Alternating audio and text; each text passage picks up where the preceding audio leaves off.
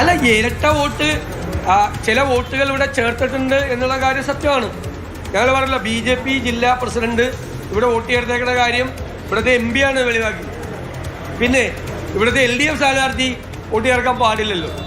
അദ്ദേഹം ചേർത്ത വോട്ട് വ്യാജ വോട്ടാണ്. ഈ പാലക്കാട് മുനിസിപ്പാലിറ്റി അദ്ദേഹത്തിന് റെസിഡൻഷ്യൽ സർട്ടിഫിക്കറ്റ് കൊടുത്തു.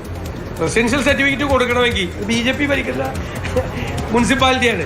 6 മാസം തുടർച്ചയായിട്ട് താമസിച്ചാൽ മാത്രമേ കൊടുക്കാൻ പാടുള്ളൂ. അപ്പോൾ വ്യാജരേഖ ചമച്ചിട്ടാണ് അദ്ദേഹം ഇത് ചെയ്തത്. BJP ജില്ലാ പ്രസിഡന്റും പാർട്ടി ഓഫീസിൽ കുറേ പേര് വോട്ട് ചേർത്തതും അങ്ങനെ തന്നെയാണ്. അതൊക്കെ ഇലക്ഷൻ കഴിഞ്ഞിട്ട് നമുക്ക് ചലഞ്ച് ചെയ്യാൻ പറ്റുള്ളൂ. ഞങ്ങളാരും ചേർത്തിട്ടില്ല.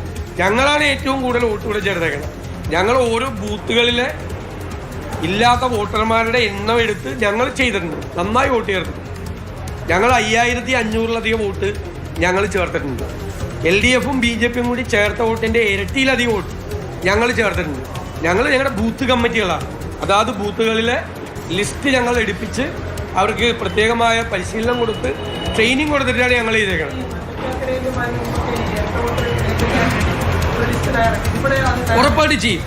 ഉറപ്പായിട്ട് ചെയ്യും.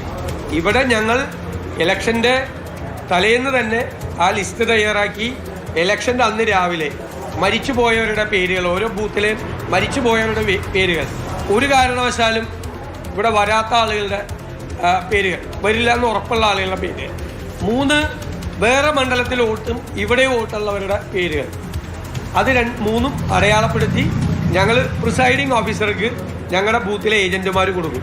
അത് ഞങ്ങൾ തൃക്കാക്കരയിലും പുതുപ്പള്ളിയിലും ചെയ്തതാണ്. അത് പാലക്കാടും ഞങ്ങൾ ആവർത്തിക്കും.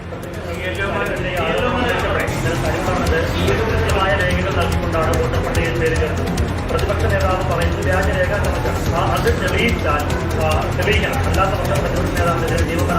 അല്ല, നിയമപരമായിട്ട് പോകും. എന്നെ പേടിപ്പിക്കണം. നിയമപരമായിട്ട് ഞാൻ അന്വേഷിക്കാതെ ഒരു കാര്യം പറയില്ല. നിങ്ങൾക്കറിയാമല്ലോ, അദ്ദേഹം 3 മാസം പോലും ആയിട്ടില്ല ഇവിടുത്തെ ഒരു വാടക വീട്ടിൽ താമസിക്കാൻ തുടങ്ങി. അതിനു മുമ്പ് അദ്ദേഹത്തിൻ്റെ ഭാര്യയുടെ പേരിലൊരു വീടുണ്ടായിരുന്നു. അത് വാടകയ്ക്ക് കൊടുത്തേക്കുവാണ്. അവിടെ അദ്ദേഹം താമസിച്ചിട്ടില്ല. അതവിടെ വാടകയ്ക്ക് കൊടുത്തേക്കുവാണ്.